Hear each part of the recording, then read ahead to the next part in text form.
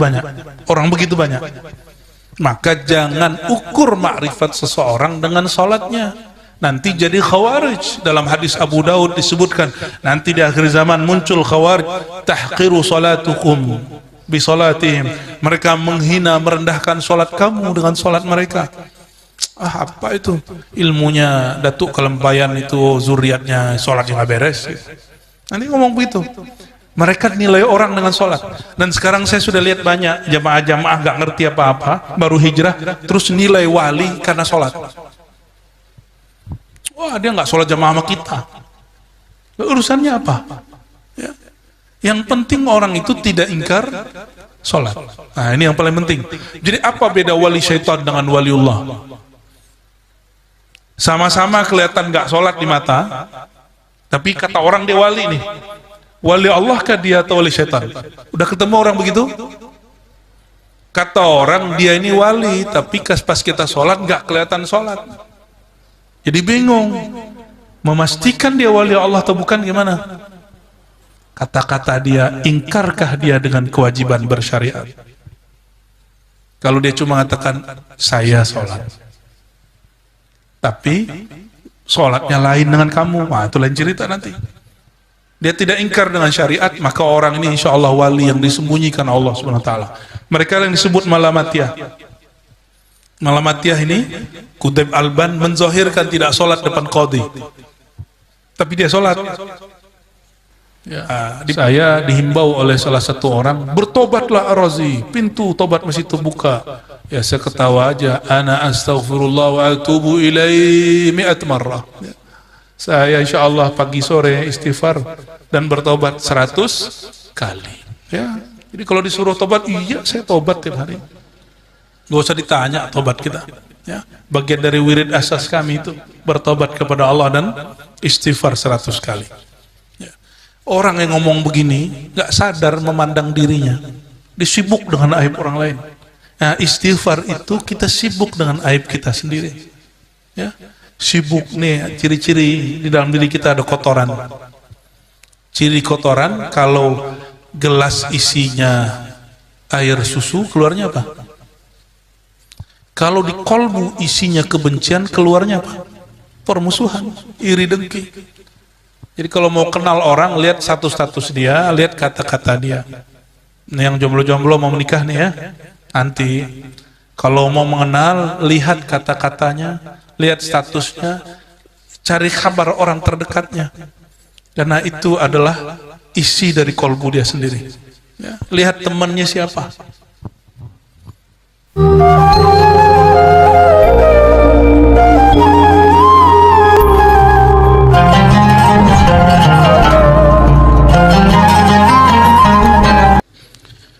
Maka atas nikmat inilah nashkurullah alaih, kita bersyukur kepada Allah Subhanahu wa taala. Dan salawat dan salam kita kirimkan kepada penghulu para ahli ma'rifat, penghulu para nabi dan rasul, Sayyidina Muhammad sallallahu alaihi wasallam. Kalau bukan karena jasa-jasa beliau, mungkin siang ini, pagi ini kita tidaklah berkumpul di tempat yang Masya Allah, jauh dari Madinah, jauh dari Mekah, tapi orang sini membicarakan ilmunya orang yang berasal dari Mekah dan Madinah itu, Sayyidina Muhammad sallallahu alaihi wasallam.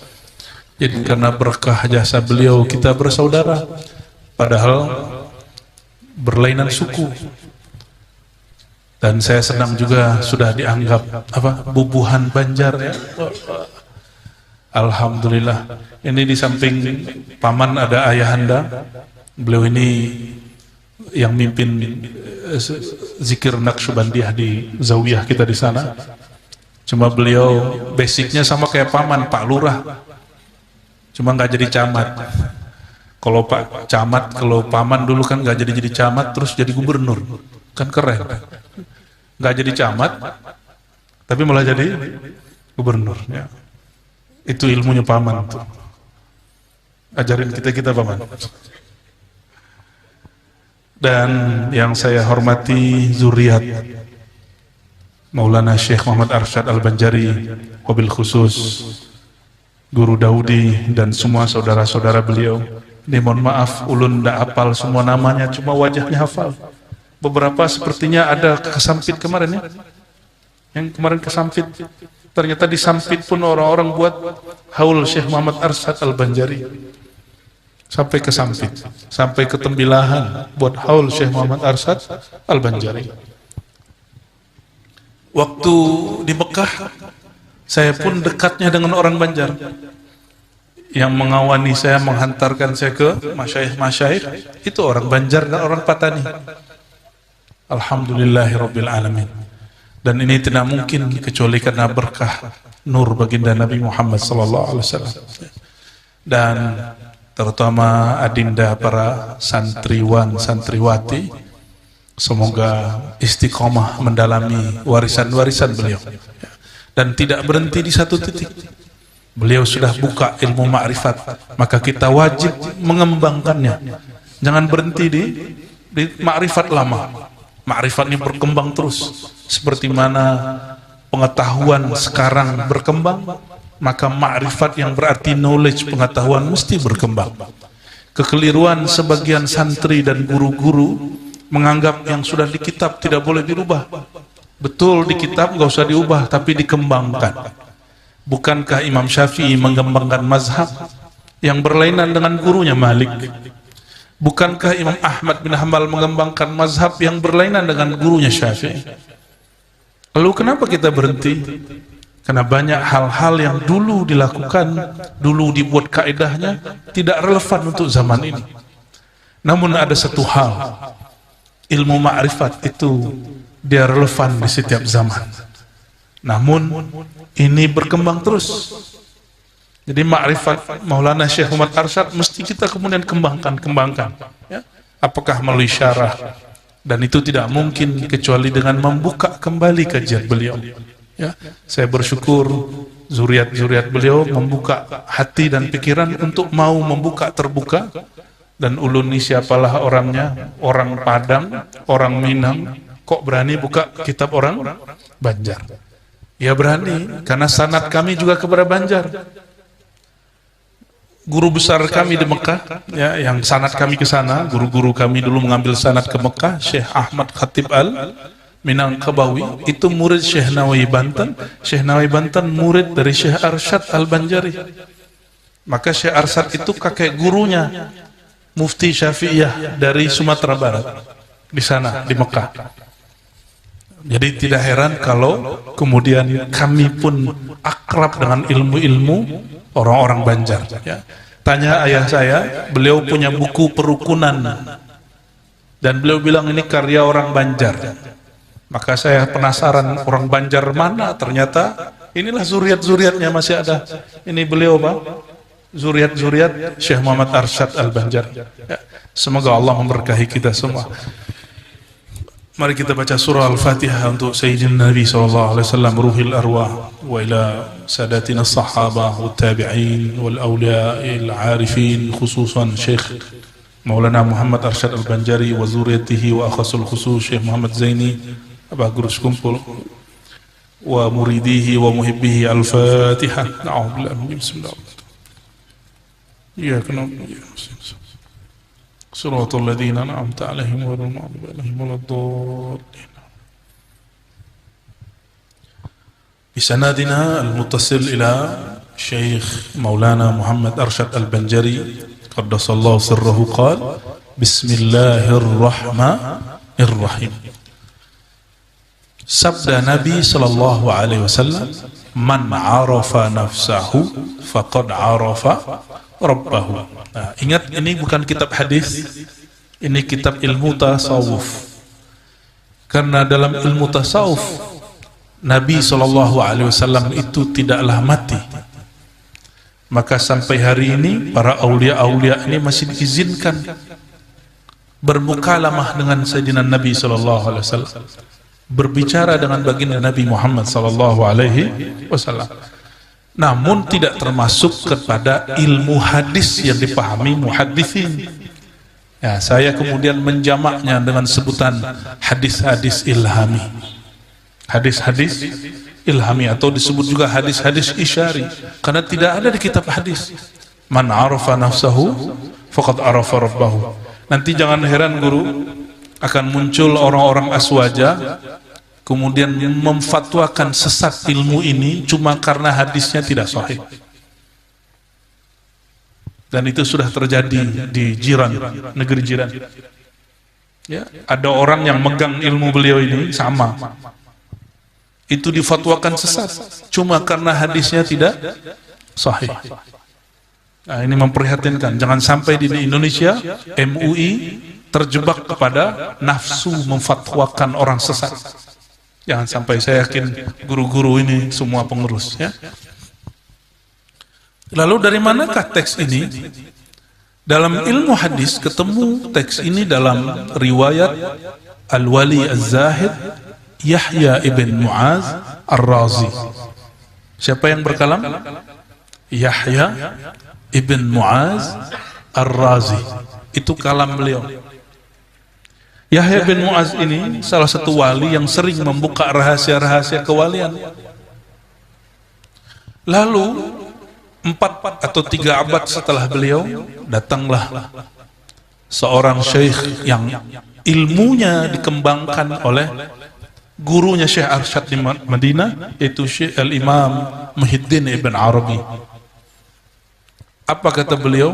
Beliau ini ahli hadis, hafal Sahih Bukhari. Cuma yang gak hafal Sahih Bukhari memfatwakan beliau sesat.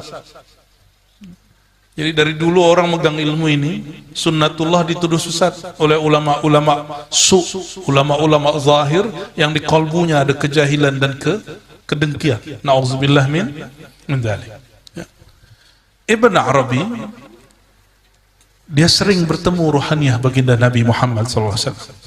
Lalu beliau bertanya, ya Sayyidi ya Rasulullah, dalam kitab Al-Futuhat Al-Makkiyah, wahai baginda, kata ahli hadis, maksudnya guru-guru beliau, kawan-kawan beliau, ini bukan hadis engkau. Bagaimanakah wahai Rasulullah? Lalu apa jawaban baginda Rasulullah dalam mimpinya, dalam ruhaninya? Zaka hadisi, itu hadisku. Maka semenjak saat itu Al-Imam Ibn Arabi mengatakan qala Rasulullah SAW. Ya, maka ini riwayat ahli rohani, bukan riwayat versi ahli hadis. Nih di sini baca kitab hadisnya kitab apa? Apa? Bukan yang ilmu hadis. Matan Baikuni belajar. Apalagi? Karya apa? Ibnu Hajar, Qadir Burawi, Suyuti enggak? Oke, yang mukhtasar ya, sudah ringkasan. Ilmu hadis itu khusus hissi, yang didengar, yang dilihat, yang disentuh.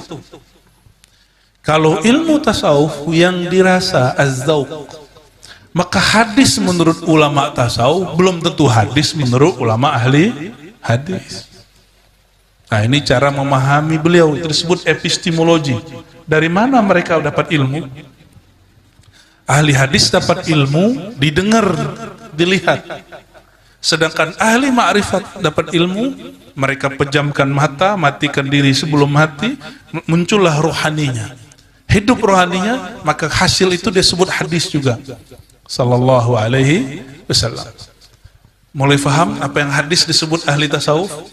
Jadi wajar sebagian ahli hadis menghina para sufi, lalu mengatakan hadis-hadis sufi itu maudhu'. Maka ini dibantah oleh Imam Sya'rani. Imam Sya'rani ini punya kitab yang kitabnya kemudian banyak mempengaruhi cara berpikirnya Syekh Muhammad Arsyad Al-Banjari. Bahwa hadis dhaif pun, bahkan palsu pun sebenarnya ada sumbernya. Sebenarnya ada sumbernya.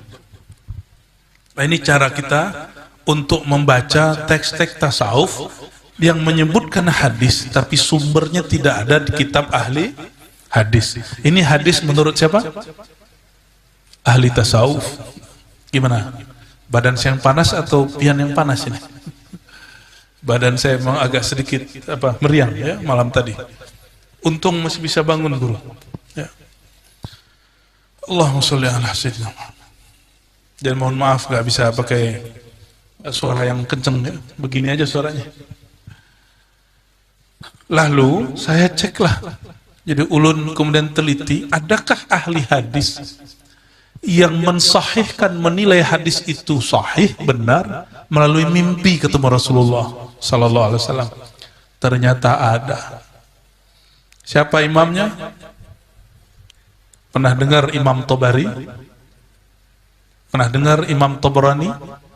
Imam Tabrani lebih khusus, beliau berkali-kali mengkonfirmasi kepada baginda Rasulullah SAW kalau mimpi, wahai Rasulullah, hadis ini sahih nggak? Hadis ini sahih nggak?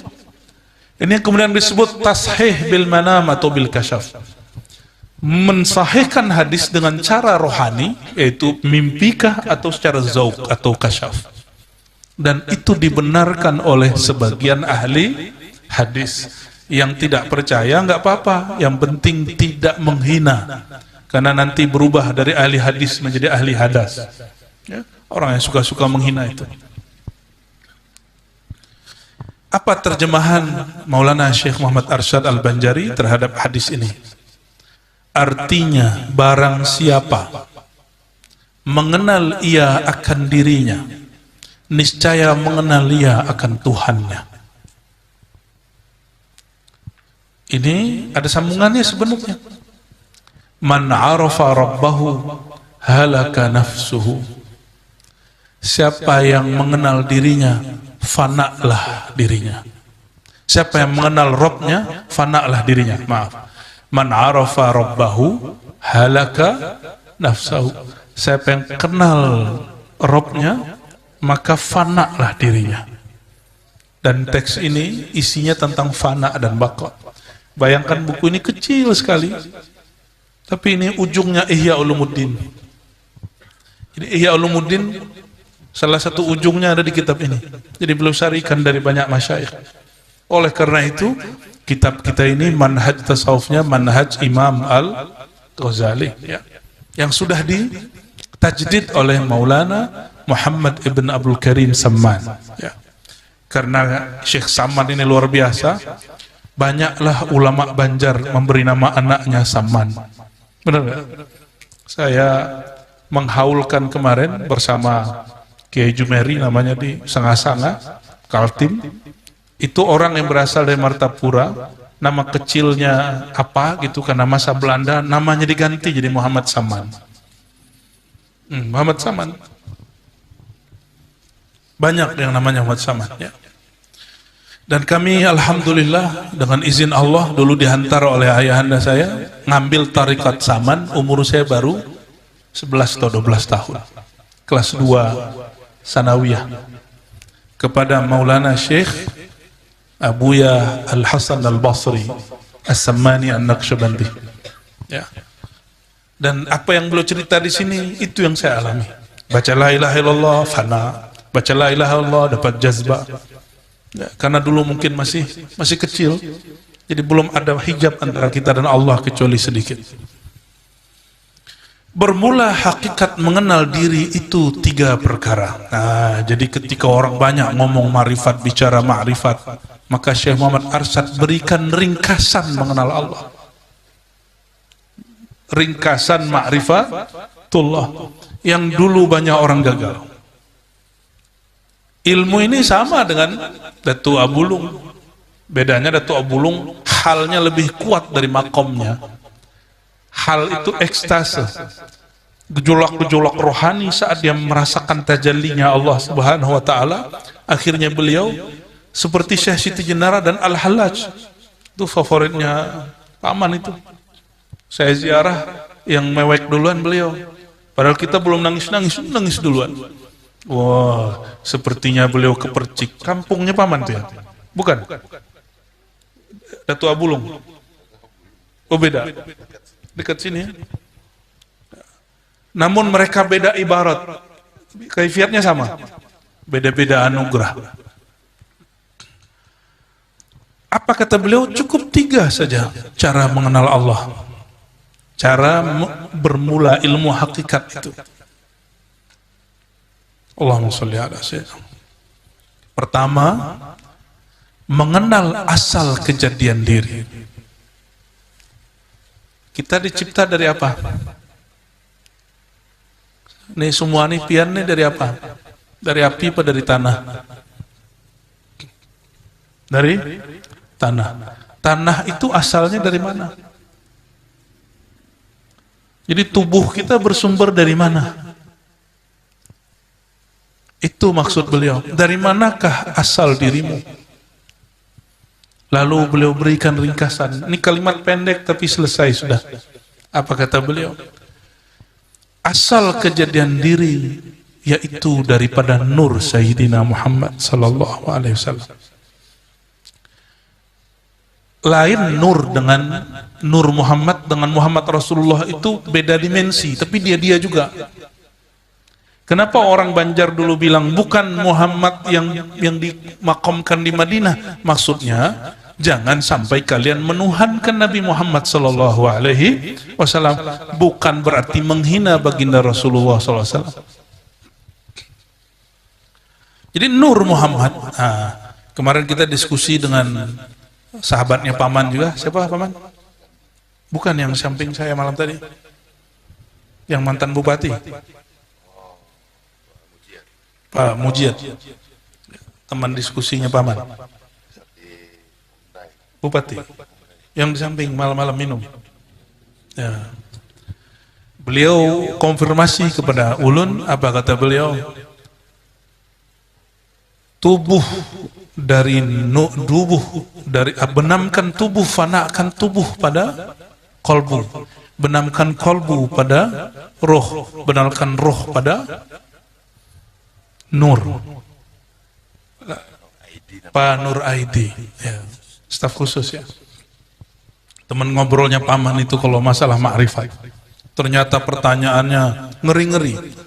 Zatul Buhti, Masya Allah pertanyaan itu ujung-ujung kitab ini.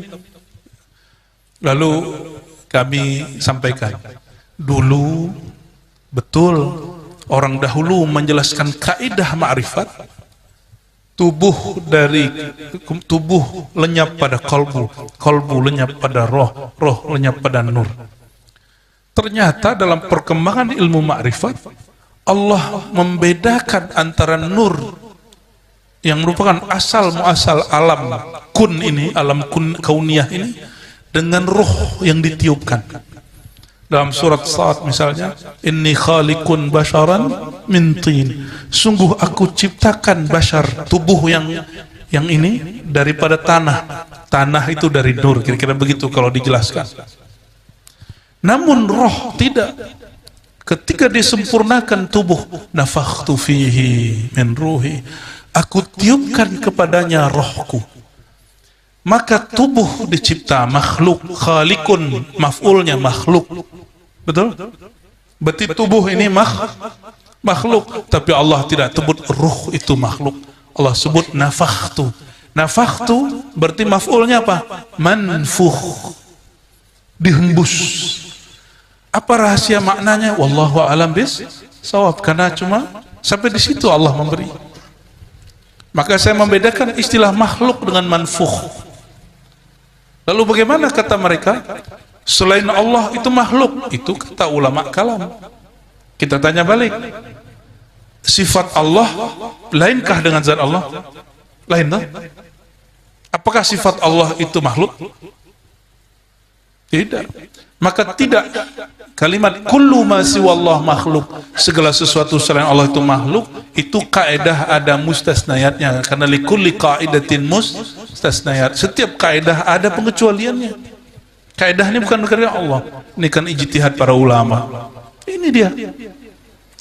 Maka mesti dipisah. Tubuhku, darahku, tulangku, dagingku dari ciptaan Allah, dari nurullah, nur Muhammad sallallahu alaihi wasallam. Lalu sebutkan, adapun ruhku dari hembusan ruhullah Ahmad. Lain nur Muhammad dengan ruh Ahmad. Nah, jangan salah faham. Kebanyakan orang menerjemahkan ruhullah berarti dari zat Allah. Keliru. Ruh kita dihembuskan dari ruhi. Ruhi, rohku. Siapakah nama rohku? Rohku itu Ahmad. Nah, ini ada di bagian belakang disebut Haikal Ma'rif, coba dibuka. Halaman 15. Nomor 2, baca Haikal Ma'arif. Ahad Zatullah, Ahmad Ruhullah. Halaman 15. Ya. Nanti kau punya kitab, Cung.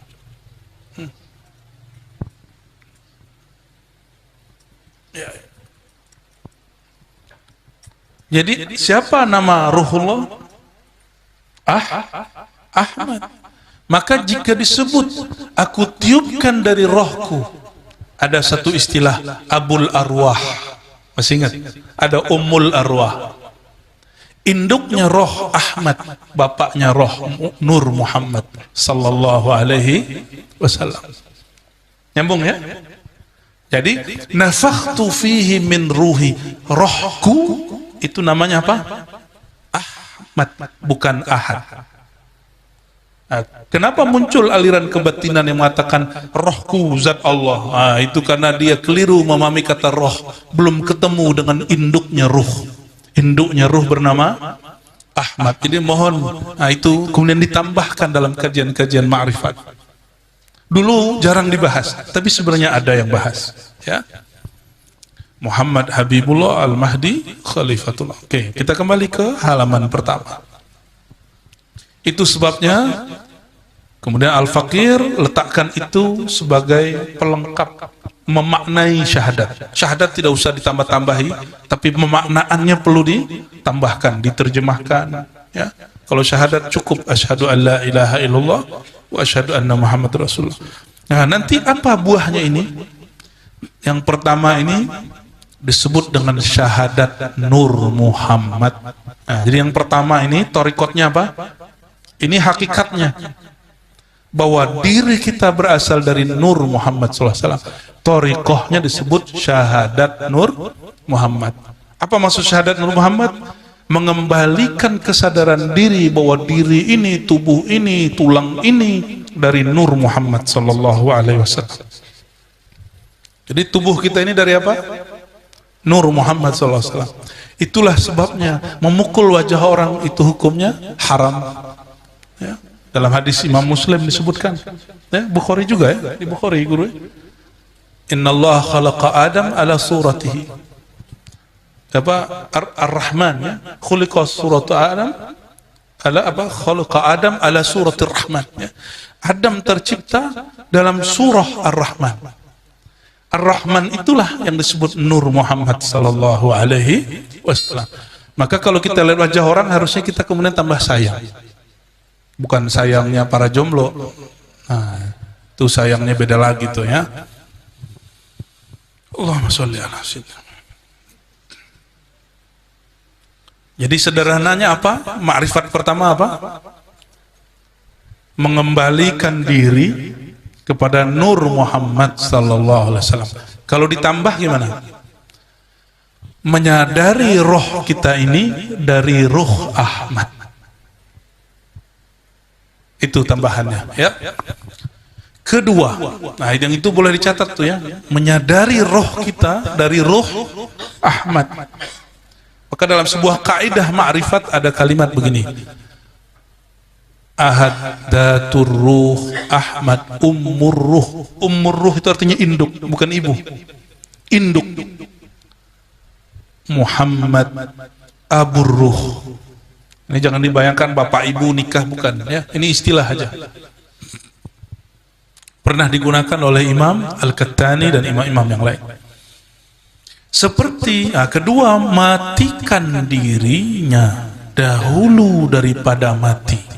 Maksudnya, matikan dirimu sebelum benar-benar mati. Apa yang dimatikan? Matikan sifat ma'ani kita dalam ma'aninya Allah. Itu mana yang kedua. Sifat ma'ani Allah apa aja? Sifat ma'nawiyah. Qadir, kudrah. Apa lagi? Kudrat, iradat, ilmun, hayat, sama, basar, kalam. Nah, coba. Kita ini diberi Allah 7 sifat itu juga. Lalu katakan aku fanakan, aku pulangkan semua sifat-sifat ini, pemberian Allah ini kepada yang punya sifat yang hakiki. Maka kita katakan, tiadalah kuasaku kecuali kuasa Allah, tiadalah kehendakku kecuali kehendak Allah, tiadalah hayatku kecuali hidup yang diberi Allah, tiadalah pendengaranku kecuali diperdengarkan Allah, tiadalah penglihatanku kecuali diperlihatkan Allah, tiadalah kalamku kecuali dikalamkan Allah. Fil haqiqah, pada hakikatnya adalah Allah, tapi kita bukan Allah. Kenapa? Kan sudah fana, sudah nggak ada. Nah, ini kekeliruan kebatinan, hamba jadi Tuhan. Berarti tidak faham bahasanya. Sedangkan bahasanya aku fanakan, aku matikan. Mati itu ghair maujud, udah nggak ada dia. Fana itu berarti dia fanian, habis, halak, hancur, binasalah dia dalam sifat Allah. Bukan berarti dia menjadi sifat Allah. Nah, apa rahasia kalam ini? Kalau Nur Muhammad itu ringkasan syahadat, kalau ini ringkasan tajalli sifat ma'ani, ringkasan tajalli sifat ma'ani, ya. Itu yang disebut mati sebelum mati. Lalu bagaimana dengan mati suri? Nggak masuk. Mati suri itu pengalaman batin. Suri berarti surah, bentuknya mati tapi dia belum mati, ya. Kalau mati sebelum mati, nah nanti yang kemudian ketika ditalkinkan, diistighfarkan, muncullah kemudian kepasrahan. Maka buah daripada orang ini disebut at-tawakkul wa tauhid. Itulah puncak daripada kitab Imam Abu Hamid Al-Ghazali, Ihya Ulumuddin jilid 4. Bayangkan puncaknya Ihya ditaruh cuma satu paragraf di sini. Begitu beliau sayangnya kepada murid-murid dan zuriatnya, ya, diringkas. Mutu qabla an tamutu, matikan oleh kamu akan diri kamu dahulu daripada bahwa mati kamu. Artinya sebelum sekarat kita sudah mati dulu. Bermula setengah daripada mematikan diri itu seperti dikatanya dengan lidahnya dan i'tiqadnya di dalam hati. Apa yang kita baca di hati? Kalau bahasa Arabnya la qadirun wala muridun wala alimun wala hayyun wala sami'un wala basirun wala mutakallimun fil haqiqah illallah. Sama dengan tadi, tiada daya, tiada upaya kecuali pada hakikatnya dari Allah Subhanahu wa ta'ala. Nah, maka ini muncullah dua lafaz di situ, zikirnya dua, la ilaha illallah dan la haula wala quwata illa billah. Jadi zikirnya apa di sini? La ilaha illallah, kemudian la haula wala quwata illa billah. Lalu di Nur Muhammad zikirnya apa? Zikirnya persaksian, syahadat. Syahadat itu zikirnya Nur Muhammad sallallahu alaihi wasallam. Tiada yang kuasa dan tiada yang berkehendak dan tiada terus pada hakikatnya melainkan Allah Ta'ala. Nah, paragraf berikut di halaman ketiga. Dah ngantuk teman? Kan belum tidur. Ketiga, cara belajar hakikat yang ketiga. Ini rahasia Syekh Arsyad Al-Banjari yang merupakan rahasia murid-muridnya sampai hari ini, kalau masih ada yang mengamalkan. Tapi saya yakin, hakul yakin, di pelosok-pelosok kita ketemu masih ada yang mengamalkan semua ini. Yang ketiga, fana sekalian diri itu di dalam kudrat Allah dan iradah Allah dan ilmu Allah. Berarti lanjutan daripada yang tadi, ya. Seperti firman Allah Ta'ala, kullu syai'in halikun illa wajhah. Segala sesuatu itu binasa kecuali wajah Allah. Nah, wajah itu jangan dibayangkan wajah seperti ini wajah makhluk. Wajah Allah itu ada dua arahnya. Satu jamal, satu jalal. Jadi kalau ditulis apa aja wajhullah, jamal, jalal. Tapi jamal jalal ini dihimpun dalam sifat yang disebut sifat rububiyah. Sifat apa? Atau disebut tauhid rububiyah. Tauhid rububiyah. Lalu ada lagi wajah yang batin. Nah, itu yang zahirnya. Jadi jamal dan jalal itu zahir. Apa batinnya? Itu zatullah. Jadi kullu syai'in halikun illa wajhah illa zatuhu, kecuali zat Allah.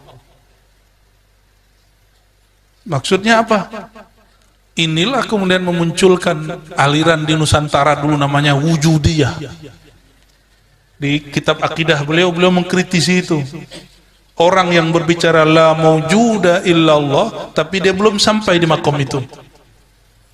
Tiada yang wujud kecuali wujud Allah, tapi dia masih merasa wujudnya ada. Maka haram orang mengatakan ini kecuali ditambahkan la maujuda bihaqqin illallah, atau la maujuda bizatihi illallah. Tiada yang wujud dengan dirinya sendiri yang sebenar-benarnya kecuali hanya Allah. Kalau enggak nanti muncul namanya istilah wahdatul wujud. Wahdatul wujud ini sering salah pahami. Wahdah artinya satu, wujud, kesatuan wujud, hanya ada satu wujud. Orang kalau sampai di makom ini, dia tidak lihat lagi makhluk, yang dilihat semuanya wujud Allah. Kita ini fi'il Allah, qalbu kita isim Allah, nama Allah, sir kita disebut sifatullah, ruh kita tajallinya zatullah. Jadi yang dia lihat semuanya berkait dengan Allah subhanahu wa ta'ala. Bukan berarti dia lihat alam ini Allah, bukan. Alam, Allah, Allah. Maka Imam Ibn Arabi boleh kita sebut sufi yang dizalimi, karena sering dikafir-kafirkan oleh orang yang tidak faham. Harusnya nggak faham tuh diem aja. Ternyata gaya-gaya orang nggak faham suka memfatwakan sesat itu sampai hari ini berlanjut. Ya, semoga zuriat-zuriat Syekh Muhammad Arsyad jauh daripada itu. Ya. Nah, beliau memberikan kaidah. Karena dulu di Aceh pernah terjadi masalah wujudiyah. Orang mengatakan wujuduna wujudullah. Wujud kami wujud Allah, wujudku wujud Allah, zatku zat Allah, kata mereka. Dikirimlah surat kepada Imam Kusyasi dan Imam Qurani di Madinah. Meninggal Kusyasi, diteruskan Qurani. Ini orang sezaman dengan Syekh Muhammad Saman Al-Banjari, Syekh Muhammad Saman Al-Madani, gurunya beliau. Maka beliau kirim surat. Apa kata beliau? Orang baca wujuduna wujudullah ada dua, ada hakiki, ada khayali.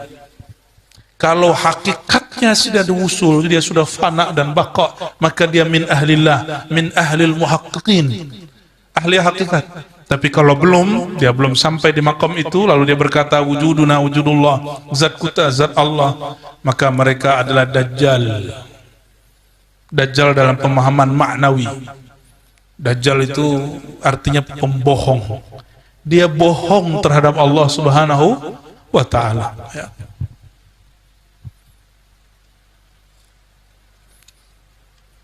Tiap-tiap sesuatu binasa melainkan zat Allah. Jadi ternyata Syekh Arsyad menerjemahkan wajah apa? Zat. Berarti beliau membicarakan tauhid uluhiyah. Itu yang disebut wajah batinnya Allah subhanahu wa ta'ala. Dan lagi firmannya Allah ta'ala, innani anallahu la ilaha illa ana fa'budni wa aqimis salata li dzikri. Ini Allah ngomong ke siapa ini? Di surat Taha berbicara kepada Sayyidina Musa kalimullah. Apa kata beliau? Kata Allah Ta'ala, wahai Musa, innani, sesungguhnya aku itu daya. Bagi ahli marifat, ya itu disebut yasir, ya sirriyah, ya itu sir zatnya Allah. Sesungguhnya aku, diulang lagi, ana, akulah Allah. Maka Allah menyebut dirinya dengan nama ana. Ana inilah disimbolkan dengan alif. Dari alif itu muncullah ahadiyah. Ya. Anallahu. Coba Allah berapa huruf itu guru? Alif, lam, ha. Tapi tasdid ini kalau dihidupkan jadi berapa? Berarti lamnya ada 3. Maka dalam mazhab Ibnu Arabi, Allah itu 5 huruf. Tapi mazhab Imam Al-Buni, dia 4 huruf. Mana yang tepat? Dua-duanya tepat. Beda penggunaannya. Ya. Karena kalau 5 huruf dia ganjil. Ini aqrab ila sahih, ila sawab. Tapi ketika dilafazkan dia 4 huruf. Yang satu itulah dinaikkan ke atas. Coba lihat tasdik atasnya alif. Kalau bagi ahli ma'rifat itu enggak sia-sia. Abul Aswad Ad-Duwali menemukan ini setelah dia diajari Sayyidina Ali karramallahu wajhah tentang ahadiyatullah. Ahadiyahnya Allah Subhanahu wa ta'ala. Jadi orang kalau baca Allah, di situ ada keesaan Allah Subhanahu wa ta'ala. La ilaha illa ana, tiadalah ilah. Apa arti ilah? Coba lihat kata anak-anak baru hijrah sekarang, ilah gak boleh diterjemahkan Tuhan. Coba orang yang puluhan tahun di Mekah Madinah, beliau bolehin gak terjemahin ilah menjadi Tuhan? Coba kita lihat ya. Artinya bahwa sesungguhnya akulah Allah, tiada Tuhan, hanya aku. Berarti ilah boleh diartikan Tuhan. Lalu kenapa ada orang ya di Rabb, man arafa nafsahu faqad arafa rabbahu, mengenal ia akan Tuhannya. Berarti ulama-ulama kita yang alim-alim, allamah, arifina billah, mereka tidak mempersoalkan istilah Tuhan. Ini muncul sekarang guru. Kayak guru ini ahli bid'ah karena nggak berjenggot menyebut Tuhan. Apa hubungannya coba? Dan kerjakanlah olehmu akan sembahyang 5 waktu karena menyebutku. Nah, kata kawan kita baru hijrah ini, tidak boleh menyebut sholat itu sembahyang, karena hyang itu nama Tuhannya Hindu. Ya salam, kalau nggak ngerti bahasa belajar. Sembahyang itu, hyang itu huwa Allah. Hyang itu bahasa Sanskerta, seperti namanya Pak anak Paman Birin Sandi yang berarti rahasia. Hyang itu berarti huwa, dia yang tak tergambar oleh, itu bahasa Sanskerta itu. Tapi kalau Birin nggak ada Sanskertanya, adanya di Arab, birrun, birrin. Kalau guru Dawudi banyak di Quran ya. Wazkur ala Dawud, ketemu langsung ya. Sobirin. Paman bisa ngelucu juga ya. Emang bisa ngelucu emang ya. Orang-orang serius itu ngelucunya itu tiba-tiba. Dan kerjakan olehmu akan sembahyang. Berarti bolehkah terjemah sholat kepada sembahyang? Boleh? Boleh. Ya. Untuk apa sembahyang? Karena menyebutku, menyebut namaku. Allah Akbar nyebut bukan? Ya, alhamdulillah nyebut, itu nyebut namanya. Syahdan wajib kita mengikut amar Nabi SAW, amar perintah, dan menjauhi segala larangannya supaya mudah-mudahan termasuk kandung Abdullah, yakni hamba Allah Ta'ala yang kamil pada kehambaannya. Setelah itu hendaklah kita kerjakan musyahadah keesaan zatnya dan muraqabahnya. Jadi kata beliau, kenapa orang sulit menemukan Nur Muhammad dalam dirinya?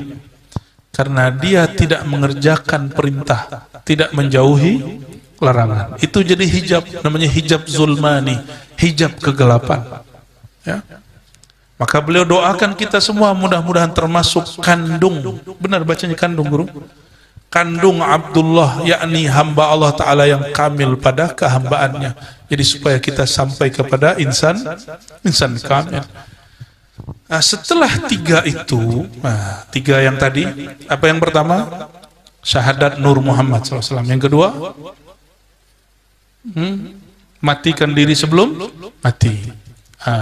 Bedanya dengan ketiga, itu lebih kepada memfanakan diri fi wajhillah, dalam wajahnya Allah Subhanahu wa ta'ala. Kita kerjakan musyahadah keesaan zatnya dan muraqabahnya. Nah, apa arti musyahadah? Pandang memandang. Apa rasanya dipandang oleh orang mulia, oleh orang yang gagah dan cantik? Kita senang bukan main.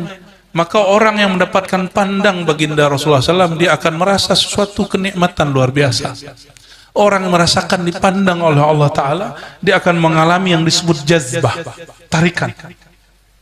Tarikan itu luar biasa, ya, ketarik oleh zat Allah Subhanahu wa ta'ala, atau zat Sayyidina Muhammad SAW, atau zat gurunya. Ya.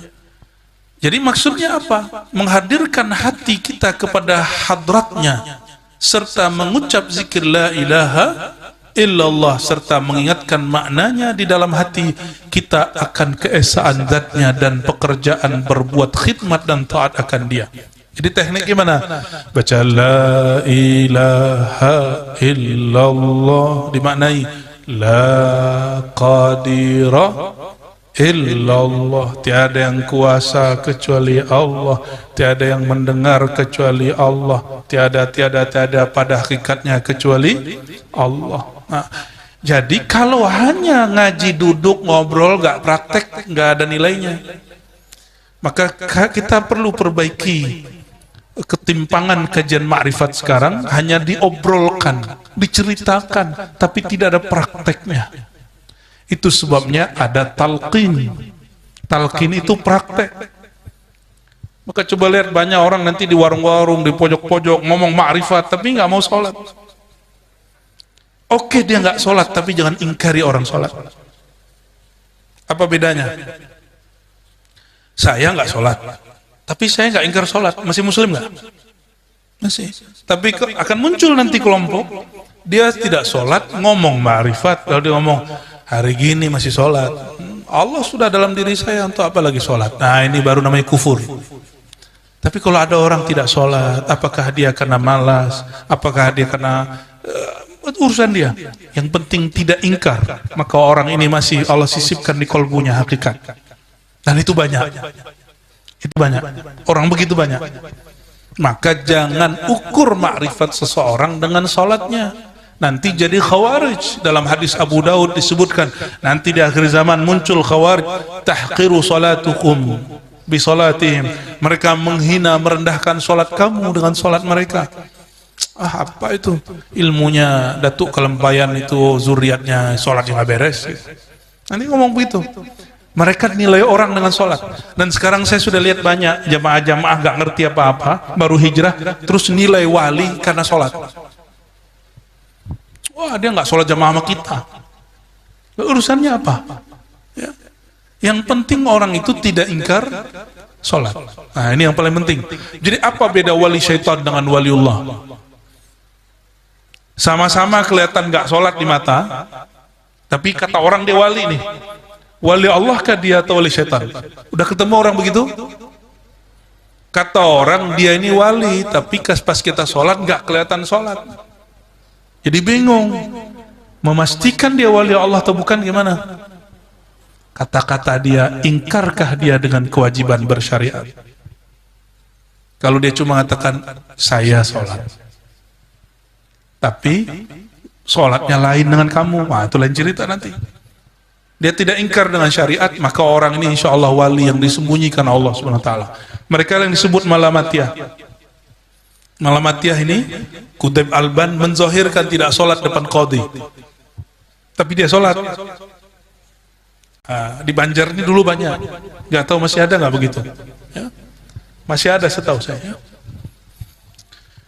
Hendak mengerjakan zikir itu mandi dan bersuci. Nah, ini adab-adab berzikir. Apa adab berzikir? Mandi dulu.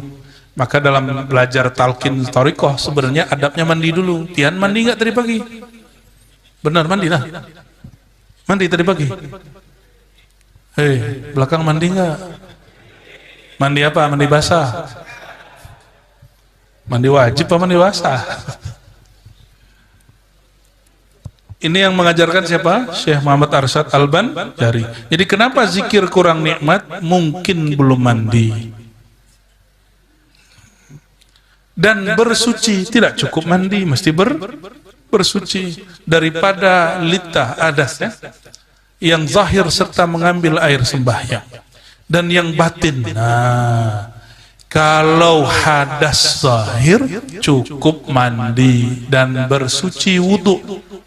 Istinja kah? Tapi kalau hadas batin mesti beristighfar. Jadi wudunya batin istighfar. Mandi wajibnya batin bertaubat. Ya.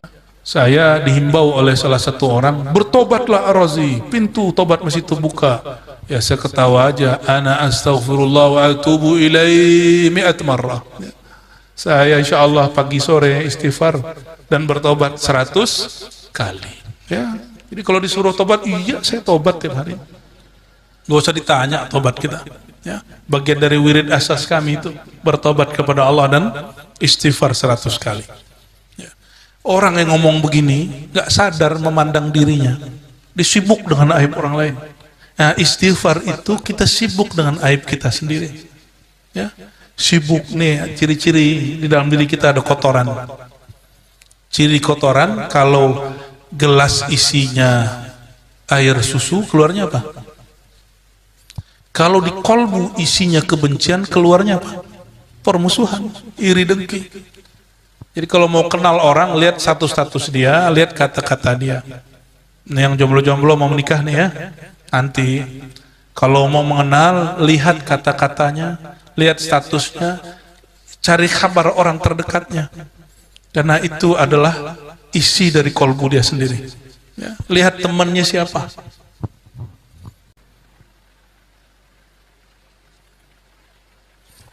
Minta ampun kepada hadrat Tuhan kita Azza wa Jalla dengan memakai pakaian yang putih dan khalwat. Nah, inilah alasan kenapa dulu sampai hari ini majelisnya Abah Gurus Kumpul itu putih semua. Ini yang nggak putih nggak apa-apa, yang penting bersih. Yang penting hatinya putih. Ini hanya anjuran. Ini rahasia kenapa orang Banjar suka pakai baju putih-putih. Kita lihat di video-video Abah Gurus Kumpul itu dari sudut ke sudut putih semua. Karena mereka mengamalkan petuah Maulana Muhammad Arsyad Al-Banjari. Dan khalwat pada tempat yang suci. Nah, maka disebutlah tariqahnya khalwatiyah samaniyah. Apa nama tariqahnya? Khalwatiyah samaniyah, bahkan ditambah qadiriyah. Tapi guru beliau menyebutnya dengan tariqah al-Muhammadiyah. Syekh Muhammad Saman itu menyebut tariqahnya apa? Al-Muhammadi. Maka di tawasulnya kita sebut ila al-kutub al-Muhammadi Syekh Muhammad Saman As-Sammani atau Syekh Muhammad Saman Al-Madani ya. Oke. Maka sembahyang 2 rakaat. Nah, ini idealnya ya. Biasanya dulu kalau kami talqin zaman-zaman dahulu suruh sholat dulu 2 rakaat. Ya. Setelah salam memohonkan taufik halaman 6 dan hidayah kepada hadratnya. Lalu duduk bersila dengan sopan. Nah, duduk bersila dengan sopan. Jadi duduknya nggak begini. Nah, itu lain lagi tuh. Ya, kelihatan nggak hormat. Ya. Kalau mau duduk lagi khutbah, begini duduknya. Namanya ihtiba. Ya. Tapi pun di Banjar itu nggak sopannya. Tapi sebenarnya di hadis boleh. Di kampung saya juga nggak boleh.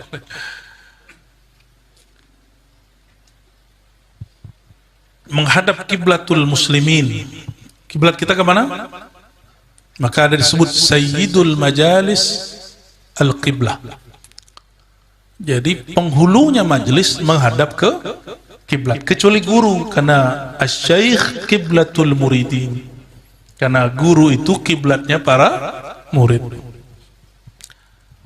Maka dihantarkan kedua tapak tangannya kepada lutut. Nah, duduknya gimana?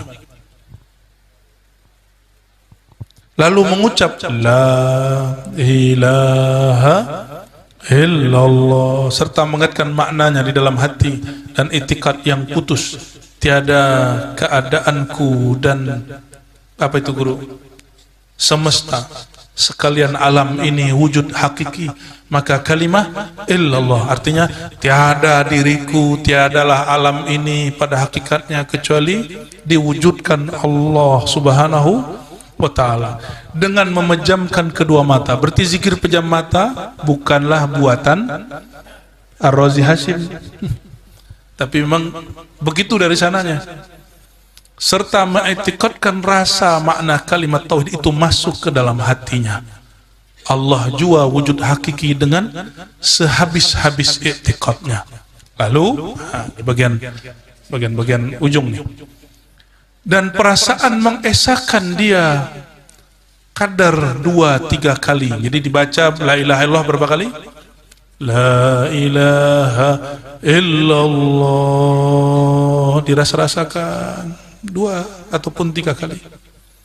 Demikian tinggalkanlah kalimat nafi, lalu kalimat nafinya dihilangkan, isbatkan hanya Allah. La ilaha illallah, la sampai illa tidak dibaca, lalu hanya dibaca Allah. Allah. Inilah perbedaan tarekat Qadiriyah, Samaniyah, Khalwatiyah dengan Naqsyabandi. Kalau Naqsyabandi mulainya dengan zikir Allah, Allah baru la ilaha. Jadi beda duluan mana? Naqsyabandi dahulukan zikir khafi, sedangkan Samaniyah dahulukan zikir jahri. Ya. Berarti ujungnya sama? Sama semua. Jadi tarekat itu bersaudara. Dan berdiri dan berkata, ya, senantiasa di dalam jaga dan tidur dan dalam duduk dan berdiri dan berkata-kata hingga nafas turun naik, itu pun di dalam mengucap kalimat tauhid jua. Berarti baca nama Allah itu bagian dari membaca la ilaha illallah. La ilaha illallah kalimahnya, intinya pada lafaz Allah. Namun di sini seingat saya tidak disebutkan yang satu lagi, tapi disebutkan kitab Jawami'ul Asrar tentang hu. Sirnya la ilaha illallah pada Allah, sirnya Allah pada hu. Itulah makna ayat kul huwallahu ahad. Maka baca hu dia juga sama nilainya dengan baca Allah. Baca Allah juga sama rahasianya dengan baca la ilaha illallah, ya.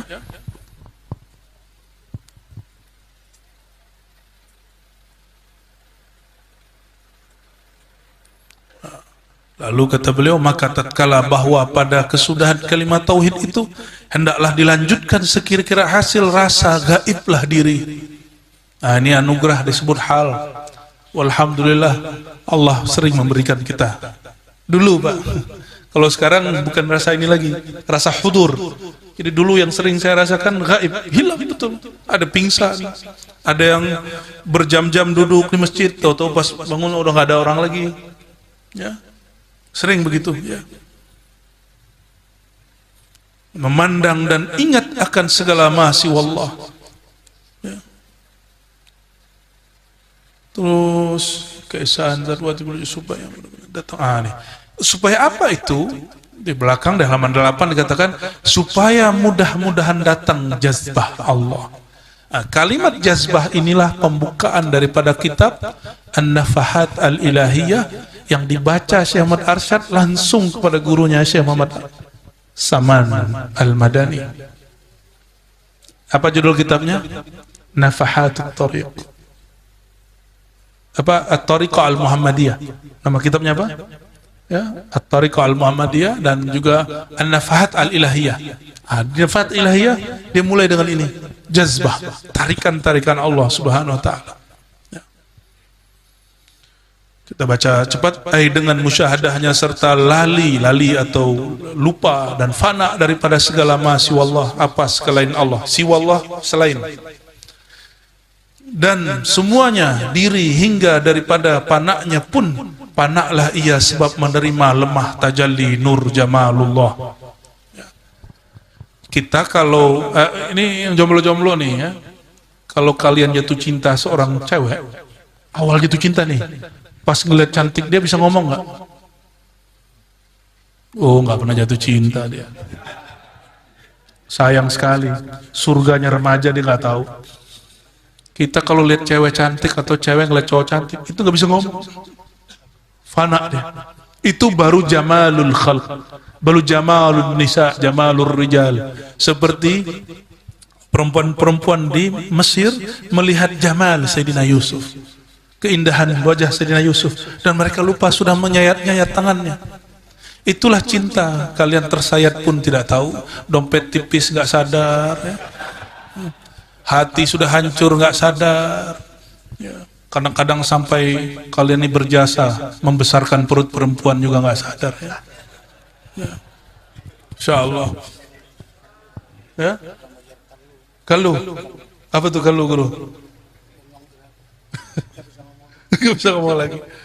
Jadi kalau kita melihat yang indah, itu orang terpana. Itu yang disebut fana, dilupa dengan dirinya. Nggak usah jauh-jauh.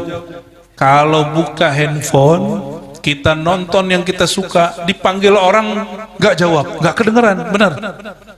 Tuh guru aja masih begitu, apalagi santrinya kan. Itu disebut fana fil khalq. Gimana fana fillah? Fana pada Allah lebih dahsyat lagi, lebih dahsyat lagi.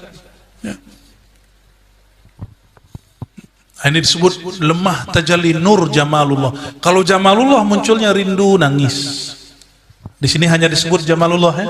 Sebenarnya beliau sebutkan satu lagi di kitab lain, nur jalalullah. Itu kalau terjadi orang akan berteriak, baca la ilaha illallahnya keras, bahkan mereka mungkin guling-guling, ada yang pingsan. Yang tadi melihat yang cantik juga bisa pingsan. Saya pertama jatuh cinta, yang saya ingat waktu SMA, waktu sanawiyah, oh Alia, itu lihat, nggak bisa ngomong, diajak ngobrol nggak bisa ngomong. Kita fana melihat jamalullah fi wajhiha, modus. Padahal lagi jatuh cinta sama makhluk, dibawa-bawa Allah. Tapi itu serius. Saya bercermin, yang saya lihat muka dia, saking fananya. Bercermin yang kelihatan muka si yang cantik itu. Tapi itu dulu. Kalau sekarang tetap aja muka kita yang kelihatannya. Saya alhamdulillah nggak pernah pakai bedak-bedak lagi. Terakhir sanawiyah ini kalian nggak usah pakai bedak. Baguskan ma'rifat, auranya bagus. Sebagai bedak lo cowok-cowok ini ya. Paman pakai bedak? Enggak lah. Udah laku tanpa bedak, ya.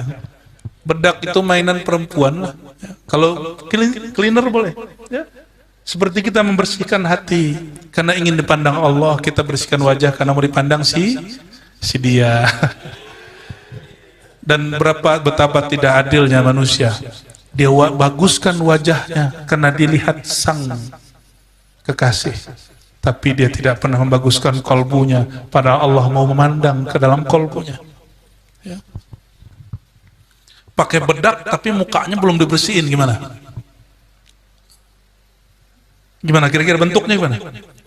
Keringetan, terus pakai bedak, itu bedaknya kayak gimana? Ngepul-ngepul. Itulah asbab kenapa ada orang belajar zikir gila. Paham? Kenapa? Dia punya ilmu sihir, ilmu-ilmu jelek, belum mandi tobat, belum membuang ilmu-ilmu jahat itu, ilmu sihir, pelet. Hah? Jangan nih santri-santri ini pelet antum itu ilmu. Nggak usah. Guru Daud ini nggak ada pelet walaupun tahu. Ilmu itu pelet yang hakiki, bukan bocor. Ada apa itu? Itu nanti terhijab. Belum lagi ilmu-ilmu macam-macam. Tanggalkan ilmu itu, itulah istighfar batin. Itulah taubat ruh. Kalau orang tidak mentaubatkan itu, jangan salahkan belajar thariqat, bikin enek. Seperti orang wajahnya belum dibersihkan, dia sudah pakai bedak. Orang yang belum mandi pakai baju baru, baunya bau Nggak tahu istilahnya apa. Ya. Kata orang Pekalongan bau Cino, tapi saya bilang jangan ngomong begitu. Kita nggak benci sama orang Cina, karena Datuk Arsyad juga menikah dengan orang Cina. Ya, benar nggak? Ya betul sekali. Aman mau juga kayaknya. Ya, Cina juga. Ini wajah-wajah sipitnya. Ya benar nih sipit-sipit, ada satu dua muka Arab ma'lum. Saya suka sekali dengan kata-kata itu beberapa hari ini ya.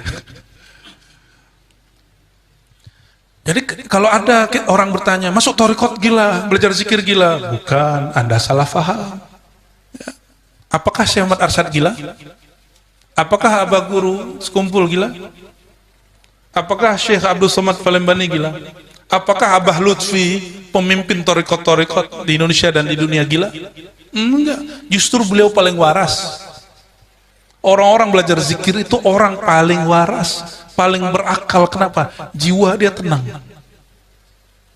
Jiwa dia tenang. Dia bersama dengan zat yang maha memberi ketenangan. Orangnya pede. Ini remaja ini, guru. Kalau nggak belajar zikir kolbu, itu nggak akan punya ketenangan belajar.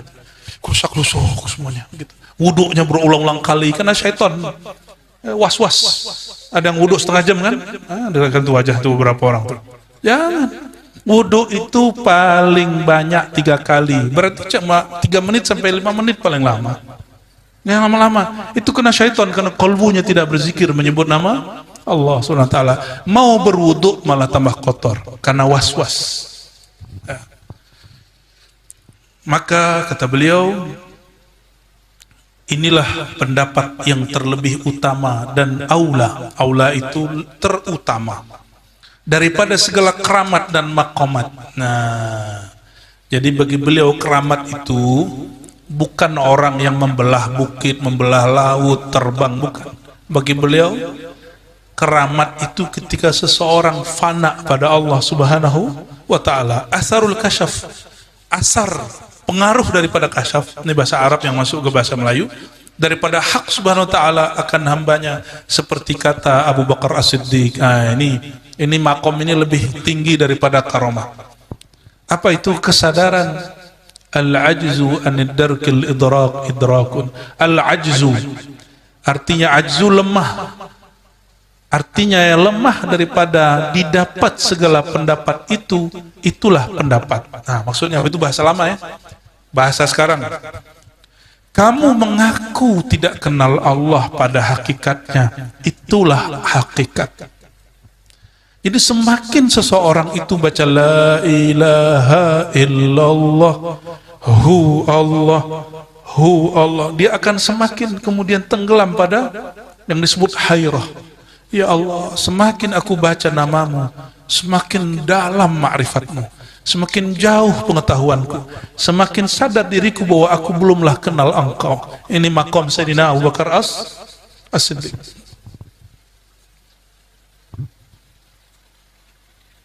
Lalu kata Sayyidina Ali di bawah, seperti kata Sayyidina Ali Ibn Abi Talib karamallahu wajhah, kullu ma takhtur fi khayalik, di riwayat lain fi balik, kullu, semua yang terlintas dalam khayalmu. Hati-hati, khayal itu ada 2. Ini ditulis oleh beberapa imam seperti Imam Al-Jili yang menjadi bacaan favoritnya Syekh Arsyad. Kitab apa? Al-Insan Al-Kamil. Nanti jangan heran guru, nanti akan muncul orang yang ngaku ahlu sunnah wal jamaah aswaja, lalu mengatakan kitab ini tidak mu'tabar, karena nggak mengerti epistemologi ilmu, bahwa ini bukan bab ilmu akidah, ini bab ilmu zauq, ilmu rasa. Ilmu rasa tidak boleh dihukum dengan hukum akidah, karena basic dia sudah akidah yang sahih, cuma ibaratnya berlainan. Itulah kejadian pada Tuh Abulung. Ya. Nah, jadi khayal itu terbagi 2 kata beliau itu. Khayal pertama, khayal hissi. Nih dicatat nih santri-santri. Khayal apa? Khayal yang muncul dari memori yang kita lihat dari alam nyata, alam empirik. Khayal inilah yang disebut khayal jinni, khayal syaitani, khayal jin dan syaitan. Kenapa? Karena di antara langit dan bumi disebut sama'ud dunya, tapi sama'ud dunya laisa bisama, bukanlah langit yang dimaksud dalam sab'a samawat. 7 langit itu bukan itu. Maka sama'ud dunya itu maksudnya fauqad dunya. Karena as-sama ma yafuq ala syai'. Sesuatu yang di atas sesuatu disebut sama. Karena jin sudah diusir dari bumi, tapi juga tidak boleh tembus ke langit. Jin, iblis, ya, mereka kemudian mengatakan Rabbi anzirni ila yaumi yub'atsun, tidak boleh tinggal di bumi, lalu mereka tinggal di pohon-pohon, di gunung-gunung, di awan-awan, dan di alam antara tanah bumi dengan langit pertama. Alam itulah mereka buat nanti awan-awan, buat aras palsu, sorga palsu, Syekh Abdul Qadir Jilani palsu, Syekh Arsad palsu. Karena mereka ketemu dengan orang-orang itu. Yang tidak bisa mereka palsukan cuma satu, Sayyidina Muhammad sallallahu alaihi wasallam. Maka jika ada di antara pian ini bertemu ruhaniyah Syekh Muhammad Arsyad, jika yang dia ajarkan bukan tentang Nabi Muhammad sallallahu alaihi wasallam, jika tidak ada terlihat nur Muhammad pada bayang-bayangnya, fahuwa syaitan, maka dia adalah syaitan. Syaitan bisa menyerupai orang. Benar ya? Syaitan bisa menyerupai. Bahkan yang lebih bahaya, syaitan itu masuk ke dalam tubuh orang. Nih coba cek, temannya setan atau manusia? Nih cek, ini beneran ilmu hakikat. Syaitan maunya apa? Ayyuqi'a bainakumul adawa wal baghdha. Syaitan itu ciri-cirinya 2 aja. Membuat kamu bertengkar, kata-kata dia buat kita bertengkar, dan baghdha, emosional, benci-bencian, iri dengki. Maka perhatikan orang sekitar kita. Jika dia sekalam-kalamnya, status-statusnya, ceramah-ceramahnya membuat kita benci kepada sesama muslim, melaknat orang-orang yang tidak pantas dilaknat, mengajak permusuhan kepada ahlullah, itu orang sudah kerasukan syaitan. Kalau kerasukan jin gampang diruqyah selesai, tapi kalau urusan syaitan sulit. Ini yang dikata Imam Syekh Abdul Qadir Jilani, syaitanul jin, syaitannya jin tidak lebih dahsyat daripada syaitannya ins. Syaitan manusia langsung kita was-was, ya. Coba hati-hati, ya. Minal jinnati wan nas. Nah, khayal pertama apa? Khayal hissi. Inilah khayalnya jin dan syaitan. Khayalnya jin dan syaitan. Maka hati-hati yang mimpi paman birin, belum tentu paman birin itu. Yang mimpi guru Daudi, belum tentu guru Daudi. Yang mimpi ulun, belum tentu ulun itu, belum tentu. Siapa tahu syaitan yatasawwar, syaitan menyerupakan diri. Ciri-cirinya apa? Dia mengajarkan nur Muhammad, syahadat la ilaha illallah Muhammad Rasulullah, atau cuma disuruh baik-baik tapi nanti ada was-was. Ciri-cirinya apa? Ada was-was, ya. Banyak guru, ada ibu-ibu datang terus bilang, "Buya, saya mimpi dikawinin Buya dalam mimpi." Saya tanya, "Ibu muda ini, cantik. Ibu sudah punya suami?" "Sudah." "Ah, itu syaitan." Tapi kalau dia gadis, guru yang lanjutkan. Jadi kalau ada kita melihat dalam mimpi menikah dengan seseorang, itu bukan berarti harus menikah. Karena an-nikah al-wat'u. Al-wat'u dalam ilmu ma'rifat ini al-fana fil mahbub. Ketika kita fana dalam karam, fana lenyap dalam mencintai kekasih. Dan syukur-syukur kekasihnya adalah ahlullah, kekasih Allah subhanahu wa ta'ala. Jadi ini yang mimpi-mimpi sama guru Daudi kawin, nah itu jawabannya. Wa tasawwar fi balik. Nah, khayal yang kedua disebut khayal hakiki. Khayal apa? Khayal hakiki ini dibagi. Ada khayal malakuti, khayal malaikat. Dibawa ke alam malakut. Ciri-cirinya kalau turun dari alam itu bawa zikir. Ya. Kalau masuk lagi ada namanya khayal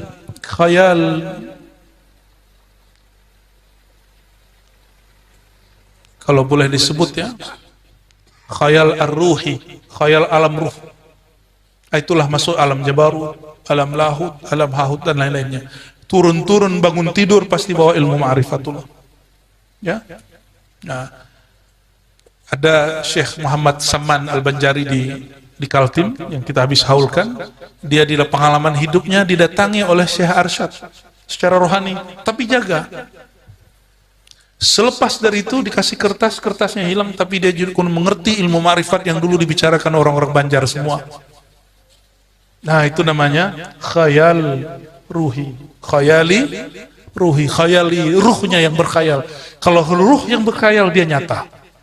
Tapi kalau hissi, ya alam nyata ini nggak masuk. Hati-hati ya, hati-hati. Kadang-kadang dibawa ke arwah-arwah masyayikh, belum tentu arwah masyayikh. Sebab itu iblis menyerupakan diri untuk menyesatkan si hamba. Itulah gunanya ada mursyid, bermursyid di situ. Kullu ma takhtur fi khayali, semua yang terlintas dalam khayalmu. Wa tasawwar fi balik, fallahu bi khilafi dzalik.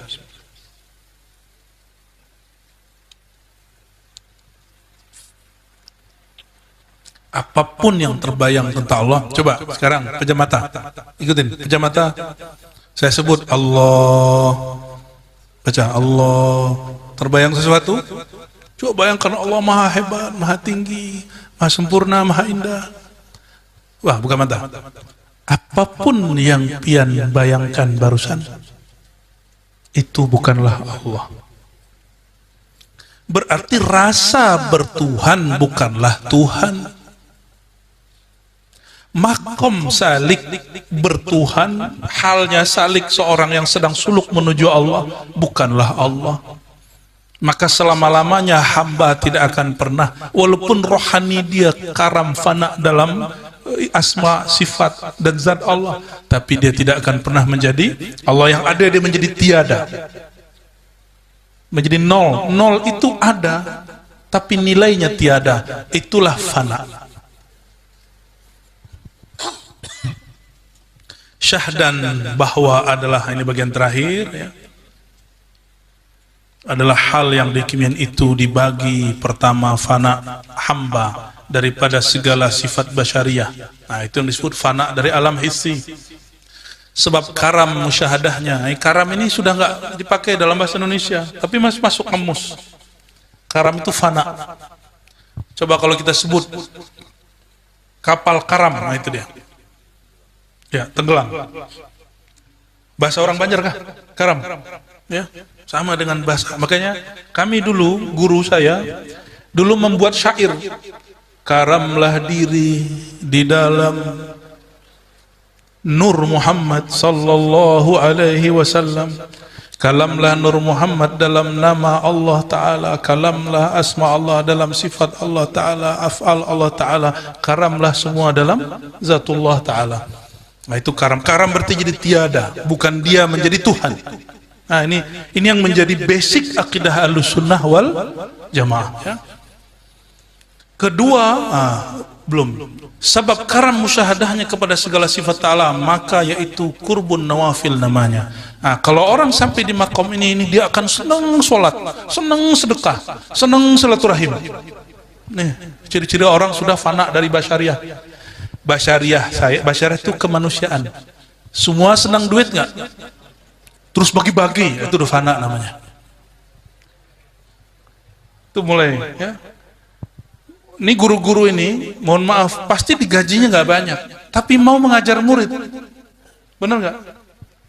Kenapa? Karena fana dalam ilmu Allah Subhanahu. Jadi guru-guru itu sebenarnya jika dia tulus, tidak mengeluh sama sekali, terus ngomong, saya ini sudah lama ngajar, digaji sedikit. Kalau dia ngomong begitu, batal fananya. Batal dia punya kefanaan. Ya. Jadi sifat basyariah itu pemalas, suka tidur. Guru-guru kita ini menghabiskan waktunya, coba lihat. Dari guru Daudi masih belum beruban, sampai sekarang beruban. Mengajar nggak berhenti. Semua guru-guru sama kan? Dulu ganteng-ganteng, sekarang udah kayak genteng. Allah maaf guru ya. Sesekali candain guru depan santrinya. Maka wiridnya guru lain dengan wiridnya murid. Wiridnya guru apa? Ngajar. Wiridnya murid belajar. Wiridnya salik mutajarrid, murid yang fokus sedang berkhalwat, dia banyak-banyak latihan zikir. Qurbun nawafil namanya. Nah, ini yang hilang sekarang. Saya lihat guru-guru sudah berwirid mengajar, santri sudah wirid belajar, tapi yang ini berkhalwat ini yang tidak ada. Mau nggak dihidupkan lagi? Ya, nanti kita buat ada khalwat samaniyah namanya. Cukup semalam, 2 malam, 3 malam. Afdolnya 40 hari, tapi kan zaman sudah berubah. Kalau 40 hari tutup madrasah kita. Ya, makanya guru-guru nggak perlu suluk 40 hari. Dia cukup khalwat 3 hari atau 2 hari atau sehari. Bahkan dia sesaat saja setiap hari. Pagi, sore, sebelum tidur, pagi, sore, itu sudah cukup. Ya, disebut kurbun nawafil. Nah, maka PR kita nih guru, kita hidupkan majlis khalwat, tempat berkhalwat. Afdolnya tempat khalwat yang terpisah dari rumah, terpisah dari tempat kerja. Kali paman nanti mau buat tempat khalwat nanti dikiramnya. Insya Allah ya. Alam roh berapa mam? Oh, itu mau dijadiin khalwat. Itu ketemunya nanti gendruwo. Kedua, fana hamba, abdun hamba daripada segala masya Allah dan kuliah semuanya dirinya. Sebab karamnya di dalam musyahadah wujud Allah hingga daripada hal fananya pun fana lahu. Maka yaitu kurbul faraid. Maksudnya gini, fana kepada Allah bahkan lebih fana daripada fana itu sendiri. Paham maksudnya? Orang belum, saya lagi fana nih. Kalimat fana yang kamu sebut itu, dia pun karam dan fana dari itu. Ditinggalkan itu. Orang mengatakan saya musyahadah, dia pun fana dari istilah musyahadah itu. Karena semakin dekat kepada Allah, semakin lam yakun lahu kufuwan ahad, laisa kamitslihi syai', tidak ada yang sebanding. Semakin misterius, tapi disitulah misteriusnya Allah, Allah yang maha batin. Semakin orang itu menyadari dia tidak ahli marifat, semakin dia disebut arifina billah. Di saat dia nol, maka Allah undang, wahai hambaku. Inilah Sayyidina Musa. Ketika Sayyidina Musa nol, apa kata Allah? Wahai Musa, innani anallah. Allah memperkenalkan dirinya. Inilah makomnya. Syekh Arsyad pernah mengalami itu, makanya boleh beliau disebut di depan arif billah. Jadi yang boleh dikasih gelar arif billah siapa? Yang sudah fana dari musyahadah, dari muraqabah, dari semuanya, lalu Allah memperkenalkan diri kepadanya. Semakin dia kemudian tenggelam dalam keasikan mengenal Allah itu, semakin dia hairan. Maka di ujung bawah ya, ini doa yang dibaca oleh Nabi SAW. Ya, saya juga udah cek ini kalimatnya gak begini juga ya. Allahumma zidni fika tahayyura. Ya Allah, tambahilah kepadaku tahayyura, musyahadah, keherananku pada musyahadah kepada asma zatmu. Wah, ini istilah penting nih, asma zat. Jadi ada asma sifat, ada asma zat, ada asma af'al, ada asmaul husna. Nah, ini istilah beliau sudah mulai. Ada asma zat. Dulu Imam Baihaqi pernah bahas dalam kitab Asma wa Sifat. Ada asma sifat, nama yang melekat pada zat. Paman Birin nama kecilnya apa paman? Asli kan yang kata. Yang asli, yang dulu waktu kecil masih Aying. Nah, Aying itu nama sirnya, nama zatnya. Gubernur itu nama sifatnya. Apalagi paman? Suka ini tampil apa? Teater. Berarti paman disebut apa? Aktor. Aktor politik. Berarti aktor. Aktor itu salah satu fiilnya, asma fiilnya. Guru Daudi ini penulis bukan? Ini yang nyalin siapa nih? Berarti beliau ini katib, penyalin. Itu namanya isim af'al. Tapi guru Daudi bernama Daudi. Nama kecil guru apa guru? Udin. Bukan. Daudi aja. Nah, itu nama kecil, nama zatnya. Lalu ada nama-nama yang indah yang berkembang di kalangan santri. Guru Daudi orang alim. Nah, itu asma husna.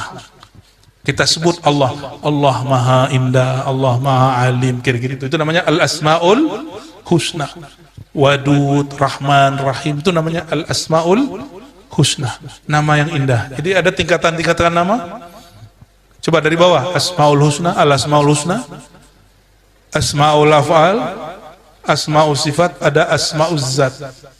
Tapi beliau nggak sebut nama zat Allah. Ya. Menurut ahli kalam, nama zat Allah itu ada beberapa, tapi bukan itu yang dimaksud ahli zauq, ahli ma'rifat. Hai saudaraku yang akil. Nah, ini yang belajar kitab ini dipanggil berakal. Wahai saudaraku yang berakal. Lagi budiman. Nah, ada yang namanya budiman? Ternyata budiman ini sudah ada dari dulu ya. Fi ma'rifatir rahman, dalam mengenal Allah yang maha rahman. Demikianlah hendak dikerjakan segala hamba Allah yang pilihan. Jadi yang mengamalkan zikir ini hanya orang yang dipilih oleh Allah. Dan kabar gembiranya, pian yang hadir siang ini bagian dari hamba yang dipilih Allah membaca kitab ini. Ya, semoga Allah berkahi kita semua. Maka janganlah lalai ya. Lalai ini bisa lalai dan lupa daripada memusyahadahkan keesaan zat Allah dan menghadirkan kolbu kepada hadiratnya. Berbaik diri menghadap kiblat, maka tatkala itu hendaklah fana diri daripada sangkutan ma siwallah. Sangkutan ma siwallah selain Allah, akan hingga daripada sadar nafas akan kuliah semua, dan daripada rasa pedih dan kesakitan. Apa itu guru? Cerai nyawa dengan badan. Wah, ini pendek cerita kata beliau. Bawakanlah rasa la ilaha illallah itu dalam hari-harimu, berdirimu, dudukmu, tidurmu, nafasmu, makanmu, sehingga engkau akan berpisah nyawamu dengan badanmu. Engkau tetap membawa rasa itu. Jadi apa yang membuat kita tidak merasakan sakaratul maut? Manisnya ma'rifatullah. Berarti wajib nggak punya ma'rifatullah. Maka ketika dipanggil ya ayat Tuhan nafsul mutmainnah, boleh diartikan wahai orang yang sudah tenang dalam ma'rifatullah. Wahai orang yang sudah berlatih dalam menyebut nama Allah. Wahai orang yang mungkin dia belum sanggup berlatih, tapi dia cinta kepada kekasih-kekasih Allah. Ya, tadi Buya Yunal nih, pengajar di Ribat, ahli hadis, beliau sampaikan kepada saya di salah satu video Abah Gurus Kumpul mengirim Fatihah khusus kepada Nika Ardila. Bingung nggak Pak? Bukan mursyid. Lalu apa? Ternyata Nika Ardila itu tasdik dengan kawalian Abah Guru di saat orang-orang nggak percaya.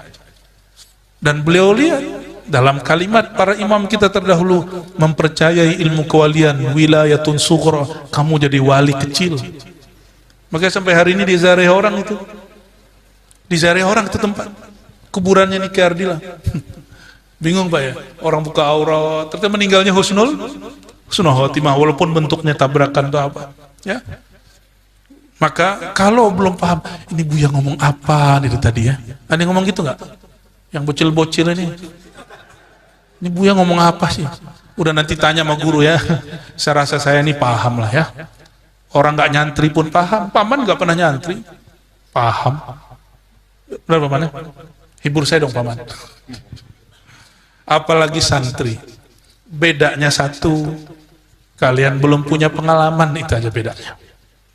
Kalau beliau-beliau ini sudah berpengalaman. Santrinya, santri alam semesta. Lalu dia sebut di halaman 13 ya, tentang mutu qabla anta mutu yang kita bahas tadi. Lalu di ujung beliau kata, inilah kesudahan jalan Nabi Muhammad SAW dan segala arif billah. Jadi salah satu gelarnya Syekh Arsyad apa? Al-Arif billah. Terus yang kedua apa? Kamil mukammil. Jadi kalau buat terjemah beliau, ini beliau sisipkan namanya di dalam kitab. Ini gelar beliau ini. Al-arif billah, al-mursyid kamil, al-mukammil. Nanti kalau buat tarajum kasih gelar itu. Ya. Beliau ini nggak merasa nggak pantas ngasih namanya sendiri, cukup dimengerti oleh orang setelahnya. Ini dia. Ya. Kalau mau ditambah lagi ahlul musyahadah, ahlul fana wal baqa fi zatillahi tabaraka wa taala. Kalau mau ditambahkan manakib beliau ya, boleh silakan. Hai saudaraku, wah kita disebut saudara, orang yang kenal Allah semua saudara walaupun beda umur. Itulah yang disebut paman tadi, walaupun umurnya kecil, tapi saya berguru gitu ya. Ya bergurunya bukan ke umur saya, bergurunya kepada sanad kita. Sanad itu tua, silsilah itu tua. Kalau Ar-Razi, saya bukan 36 paman, udah tua dikit 37. Maksudnya. Hai saudaraku yang pilihan Allah, wahai yang baca kitab senang, kita disebut pilihan Allah. Lagi berbahagia dunia akhirat. Ya, insyaallah yang baca kitab ini amalkan tasdik husnul khatimah. Tatkala itu janganlah berhadap kepada sesuatu yang lain daripada keesaan zat Allah. Kalau nanti sudah mati, makanya sebelum mati matikan diri. Di saat kita mematikan diri, lupakan semuanya. Lupakan orang yang memuji, jangan takut lagi orang yang mencaci. Nih caranya menghilangkan syirik khafi. Lupakan orang yang memuji, jangan takut orang yang mencaci. Karena yang membuat orang takut belajar ma'rifat, nanti dia ngomong gini, kalau saya belajar ini kata orang gila. Kalau saya belajar ini nanti kata orang apa? Guru Daudi kok mau belajar guru inian? Kata orang apa? Itu syirik khafi. Itu syirik khafi. Nanti kata majelis ulama apa? Ya majelis ulama tinggal dijelaskan nih kita. Mereka kan juga nggak semuanya sempurna, ya. Yang laisa kamislihi syai', yang tidak tergambarkan, maha sempurna, yang munazzah, yang bersih daripada segala makhluk. Maksudnya bersih dari pikiran semua makhluk. Munazzah ini bahasa Arab. Lagi tiada apa itu guru? Lus budi bicara kepada ma'rifatnya. Budi itu bahasa Sanskerta berarti akal, ya. Melainkan lemah dan heran seperti yang tersebut dahulu itu jua. Wallahu a'lam bis-shawab, ya. Kitab ini saya ijazahkan semua kepada semua yang hadir dengan sanad yang tadi kami pun sudah sebutkan, ya. Dari murid-murid Syekh Yasin Al-Fadani, murid-murid Said Muhammad, murid-murid para sahadat, ya.